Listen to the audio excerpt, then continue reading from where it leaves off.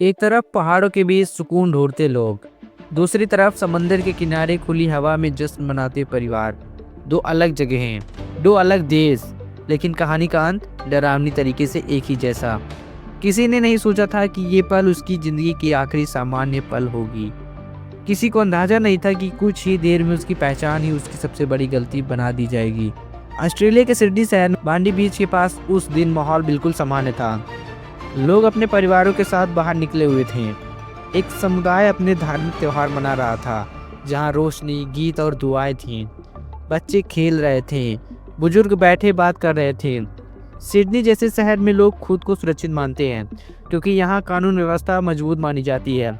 लेकिन उसे सुरक्षित माने जाने वाले माहौल में अचानक गोलियों की आवाज़ गूंजी। कुछ ही पलों में खुशियों का माहौल डर और अफरा तफरी में बदल गया। लोग जान बचाने के लिए भागने लगे। यह कोई हादसा नहीं था, यह कोई आपसी झगड़ा नहीं था, यह एक सोचा समझा हुआ हमला था। ऑस्ट्रेलियाई मीडिया ने शुरुआती रिपोर्टिंग में यह साफ कहा कि यह हमला आम नागरिकों पर किया गया और इसे आतंकी घटना के तौर पर देखा जा रहा है। वहाँ इस बात पर बहस नहीं हुई कि सुरक्षा क्यों नहीं थी या सरकार की जिम्मेदारी क्या थी। सीधी बात कही गई, जिसमें निर्दोष लोगों की गोली चलाई, वे अपराधी हैं। इसी घटना में एक आम नागरिक ने अपनी जान के परवाह किए बगैर हमलावर को रोकने की कोशिश की, जिसने कई लोगों की जान बच सकी। बाद में यह भी सामने आया कि वह नागरिक खुद मुस्लिम था। यह बात अपने आप में बहुत कुछ कहती है। यह दिखाती है कि यह किसी धर्म को और किसी दूसरे धर्म की लड़ाई नहीं है, बल्कि इंसानियत और कट्टर सोच के बीच ही लड़ाई है। अगर आप इस सिडनी की घटना को भारत के कश्मीर के पहलगाम अटैक से जोड़कर देखें तो तस्वीर और साफ होती है। पहलगाम में भी लोग छुट्टी मना रहे थे, कोई हनीमून पर था, कोई अपने बच्चों को पहाड़ दिखाने लाया था, कोई बस शहर की भीड़ से कुछ दूर सुकून के पल बिताना चाहता था। वहाँ भी आतंकवादी आए, वहाँ भी पहचान पूछी गई, वहाँ भी लोगों को अलग किया गया और फिर चुनकर निर्दोषों को मार दिया गया। महिलाओं को यह कहकर छोड़ दिया गया कि जाकर सबको बताना कि क्यों मारा गया। दोनों घटनाओं में एक बात कॉमन है, यह अंधी हिंसा नहीं थी, यह कोई पागलपन में किया गया हमला नहीं था, यह सोच समझकर की गई हिंसा थी। हमलावर जानते थे कि वो किसको मार रहे हैं और क्यों मार रहे हैं।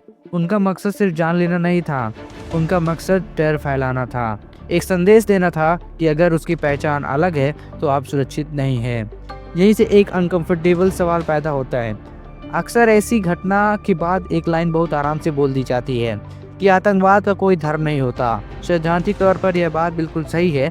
आतंकवाद किसी धर्मग्रंथ में पैदा नहीं होता। कोई भी धर्म निर्दोषों की हत्या की इजाज़त नहीं देता। लेकिन व्यवहार में एक सच्चाई और भी है, जिसे बार बार नज़रअंदाज किया जाता है। आज बहुत सारे आतंकवादी अपने अपराध को सही ठहराने के लिए धर्म का इस्तेमाल कर रहे हैं। वो खुद यह तय करते हैं कि कौन दुश्मन है और कौन नहीं, और यह फैसले की मजहब के नाम पर करते हैं। यह कहना कि इस पर बात करना किसी धर्म का अपमान है, असल मुद्दे में भागना जैसा है, क्योंकि यह सवाल धर्म का नहीं, सवाल उस कट्टर विचारधारा का है जो धर्म के हथियार बना लेती है, जो युवाओं को सिखाती है कि दुनिया को दो हिस्सों में बांटी है, एक हम और एक वो जो वो हैं, उन्हें खत्म करना जायज़ है। यही सोच सबकी खतरनाक है, क्योंकि यह इंसान को इंसान नहीं रहने देती। सबसे दुखद बात यह है कि इस सोच का नुकसान सिर्फ वे लोग नहीं झेलते जिन्हें मारा जाता है, इसका नुकसान वो लोग भी झेलते हैं जिन्हें इस सोच में फंसाया जाता है। पढ़े लिखे लोग, सामान्य जिंदगी जीने वाले लोग कहीं न कहीं यह मानने लगते हैं कि हिंसा किसी बड़े मकसद के लिए ज़रूरी है, और यहीं से इंसानियत हारने लगती है। दिल्ली, मुंबई, कश्मीर या विदेश, हर जगह हमने देखा है कि कैसे सामान्य दिखने वाले लोग कट्टर सोच के शिकार बन जाते हैं। जब दुनिया के अलग अलग हिस्सों में ऐसी घटनाएं बार बार सामने आती हैं तो इसे मजहब संयोग करना खुद का धोखा देना होगा। इतिहास बताता है कि जब एक ही तरफ की सोच अलग अलग जगहों पर एक ही जैसे नतीजे देती है तो उसे पैटर्न कहते हैं, और पैटर्न को पहचानना जरूरी होता है, वरना वह बार बार दोहराया जाता है। न्यूयॉर्क से लेकर मुंबई तक, कश्मीर से लेकर सिडनी तक जगह बदलती है, लेकिन सोच नहीं।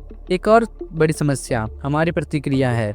कई बार हम अपराध पर बिना बात करने के बजाय अपराधी की ही कहानी में उलझ जाते हैं। उसका बचपन, उसकी परेशानियां, उसके सपने, ये बात इंसानी स्तर पर समझी जा सकती है। लेकिन जब कोई निर्दोष लोगों की जान लेता है तो पहली पहचान यही होनी चाहिए कि उसने अपराध किया है। अगर यहाँ भी हम और अगर ढूंढने लगे तो हम अनजाने में असली घटनाओं के लिए जमीन तैयार करते हैं। दुनिया के कई देशों में आतंकवाद को एक सीधी भाषा में देखा जाता है। जिसने निर्दोष लोगों पर हमला किया वह आतंकवादी हैं, बात खत्म। वहाँ बहस इस पर नहीं होती कि उसके हालात कैसे थे, वहाँ फोकस इस पर होता है कि ऐसे दोबारा न हो। लेकिन कुछ जगहों पर हम अब भी खुद को समझाने में लगे रहते हैं और यही देरी सबसे खतरनाक होती है।